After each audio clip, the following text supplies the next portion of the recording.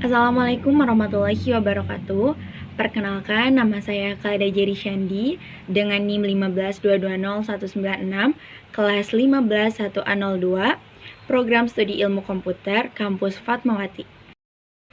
Di sini saya akan menjelaskan mengenai pengertian Big Data serta peranan Big Data dan bagaimana implementasi Big Data itu dalam sebuah perusahaan yang ada di Indonesia.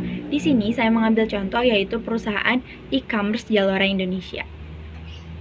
Kemudian di sini saya akan membahas mengenai 3 hal. Yang pertama adalah pengertian dari Big Data, yang kedua adalah karakteristik dari Big Data tersebut, dan yang terakhir adalah implementasi Big Data pada e-commerce Zalora. Yang pertama, saya akan menjelaskan mengenai pengertian dari Big Data. Apa itu Big Data? Big Data adalah data dalam jumlah yang sangat besar yang dikumpulkan, disimpan, diolah, dan dianalisis agar menghasilkan informasi yang bermanfaat untuk digunakan sebagai dasar pengambilan keputusan atau kebijakan. Big Data tidak dapat diproses menggunakan teknik komputasi tradisional. Teknologi Big Data bukan hanya mencakup data saja, tetapi melibatkan komponen lain seperti tools, teknik, dan framework. Kemudian, Big Data merekam semua data serta kegiatan yang pernah dilakukan untuk kemudian memprediksi apa yang mungkin akan terjadi di masa yang akan mendatang. Dengan demikian, Big Data memiliki jelajah yang jauh melampaui jaringan media sosial karena mempengaruhi hampir setiap aspek kehidupan modern. Ketersediaan dan penggunaan Big Data tidaklah terhindarkan dalam bisnis mendatang.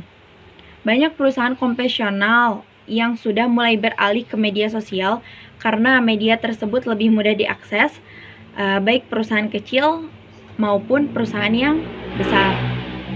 Selanjutnya, saya akan menjelaskan mengenai karakteristik dari Big Data tersebut.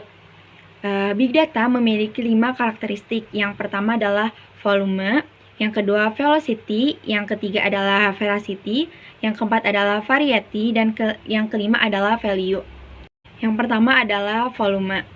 Volume mengacu pada sejumlah big data yang dihasilkan setiap detiknya. Artinya, sekumpulan data dalam jumlah dan volume yang sangat besar dan kadang tidak terstruktur.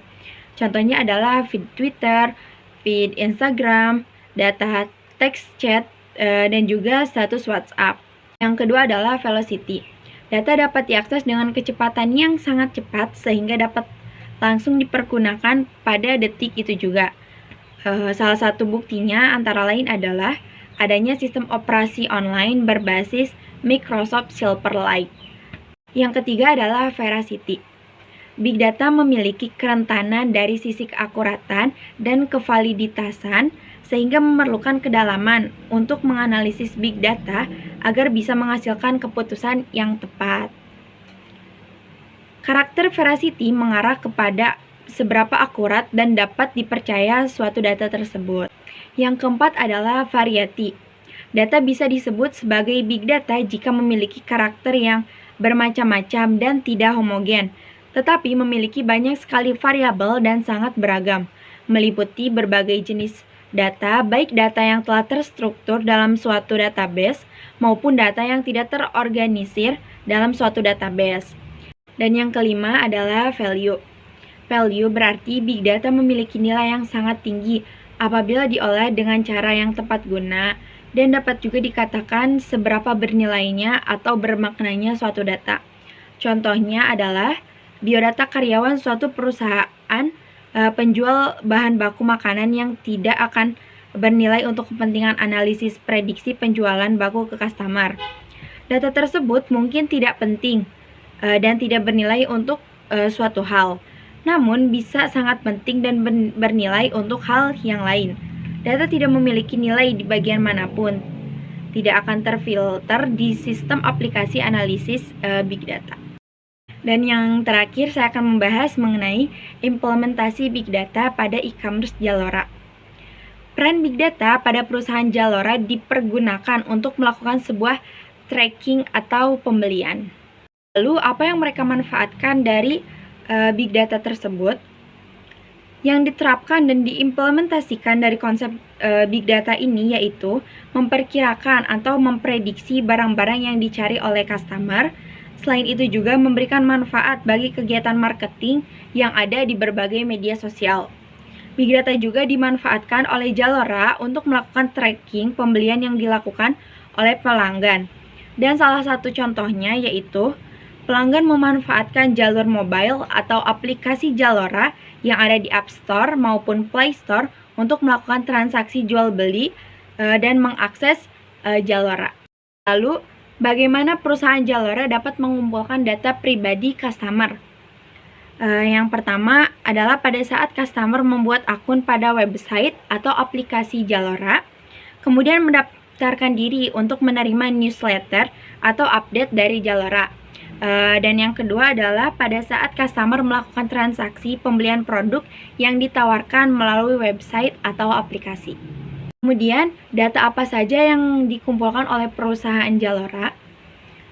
Yang pertama adalah nama lengkap, yang kedua adalah detail kontak yang dapat dihubungi, yang ketiga adalah alamat, yang keempat adalah alamat email, yang kelima adalah tempat, tanggal, dan tahun lahir, yang keenam adalah data jaringan dan perangkat, termasuk IP address dan perangkat, serta advertising identifiers. Yang ketujuh adalah image wajah, dan yang terakhir adalah rekaman suara untuk telepon pelayanan pelanggan.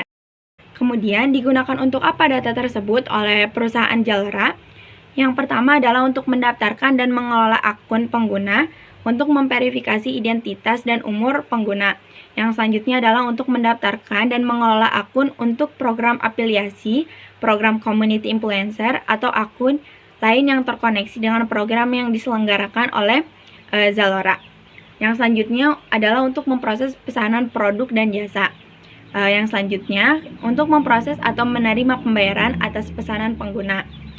Kemudian untuk mengirimkan atau menyediakan produk atau jasa yang dibeli, termasuk meminta kurir kami untuk menelpon atau menghubungi pengguna untuk mendapatkan instruksi pengiriman. Kemudian untuk melakukan verifikasi dan transaksi pembayaran, agar verifikasi dan transaksi pembayaran dapat dilakukan. Informasi pembayaran termasuk data pribadi akan diserahkan kepada pihak ketiga yang menyediakan jasa pembayaran tersebut.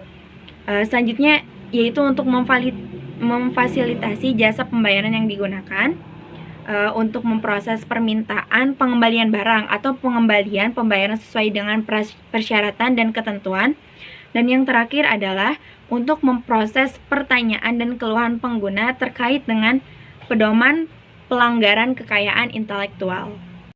Mungkin hanya itu yang dapat saya sampaikan. Terima kasih. Wassalamualaikum warahmatullahi wabarakatuh.